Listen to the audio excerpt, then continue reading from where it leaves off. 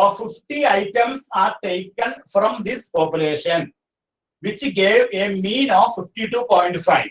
Find 95% confidence interval for mu. That's ചോദിച്ചിരിക്കുന്നു. അപ്പൊ നമ്മൾ തന്നിരിക്കുന്ന കാര്യങ്ങളൊക്കെ എഴുതി വെക്കുക. സിഗ്മ തന്നിട്ടുണ്ട്. Sigma is equal to 16. Standard deviation തന്നിട്ടുണ്ട് 16 ആണ്. n is equal to എത്രയാണ്? n is equal to 15. അപ്പൊ ലാർജ് സാമ്പിൾ ആണ്. n is equal to 15.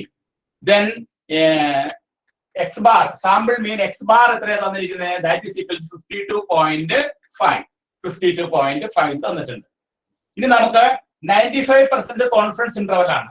95% confidence interval ആണെങ്കിൽ നമ്മളിപ്പോ നേരത്തെ പറഞ്ഞതനുസരിച്ച് 1.96 എടുക്കാം. അപ്പൊ നമ്മൾ ഓർത്ത് വെക്കുകയാണെങ്കിൽ എളുപ്പമാണ്. ഒരു ടേബിളിലേക്ക് നോക്കേണ്ട ആവശ്യമില്ല. 95% ആണെങ്കിൽ 1.96 ആണ്. അപ്പൊ നമ്മുടെ കോൺഫിഡൻസ് ഇന്റർവൽ കണ്ടുപിടിക്കാനുള്ള ഫോർമുല എക്സ് ബാർ മൈനസ് എന്താണ് 1.96 സിഗ്മ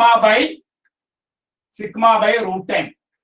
അതുപോലെ തന്നെ x bar plus 1.96 sigma by root 10. ഇതാണ് നമ്മുടെ confidence limits. Confidence interval for population mean. mu എന്ന് പറഞ്ഞാൽ പോപ്പുലേഷൻ മീൻ ആണ്.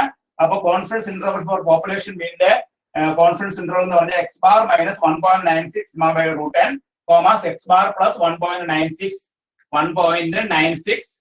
സിഗ്മ ബൈ റൂട്ട് 10 ആണ്. ഇനി ഇതിൽ എക്സ് ബാറിന്റെ വാല്യൂ സിഗ്മയുടെ വാല്യൂ റൂട്ട് 10ന്റെ വാല്യൂ സബ്സ്റ്റിറ്റ്യൂട്ട് ചെയ്യാം. എക്സ് ബാറിന്റെ വാല്യൂ എത്രയാണ്? 52.5 minus 1.96 into sigma by root 10. Sigma നമുക്ക് തന്നിട്ടുണ്ട് 16 ബൈ റൂട്ട് 10 നമുക്ക് തന്നിട്ടുണ്ട്. റൂട്ട് 10ന്റെ വാല്യൂ റൂട്ട് 50.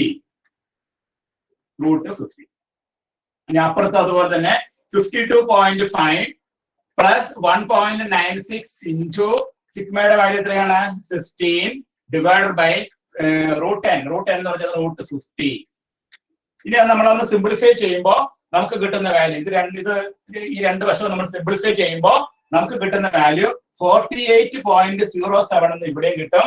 56.93. ഇതാണ് കോൺഫിഡൻസ് ഇന്റർവൽ. അപ്പൊ നമ്മൾ കോൺഫിഡൻസ് ഇന്റർവൽ കണ്ടുപിടിച്ചു.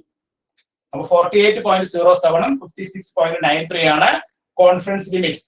ഈ രണ്ട് ലിമിറ്റ്സ് ആണ് 48.07 and 56.93 is known as the confidence interval for the population mean mu, that is for the 95% confidence interval. ഇത് കാൽക്കുലേറ്റ് ചെയ്ത് നോക്കുമ്പോൾ കിട്ടും 48.07 എന്നും ഇത് കാൽക്കുലേറ്റ് ചെയ്യുമ്പോൾ 56.93 കിട്ടും. ഇതാണ് നമ്മുടെ ക്വസ്റ്റ്യനിൽ ചോദിച്ചിരിക്കുന്നത്. അപ്പൊ ക്വസ്റ്റ്യൻ ആൻസർ നമ്മൾ തന്നിരിക്കുന്ന ക്വാണ്ടിറ്റി ഉപയോഗിച്ച് കണ്ടുപിടിച്ചു. അപ്പൊ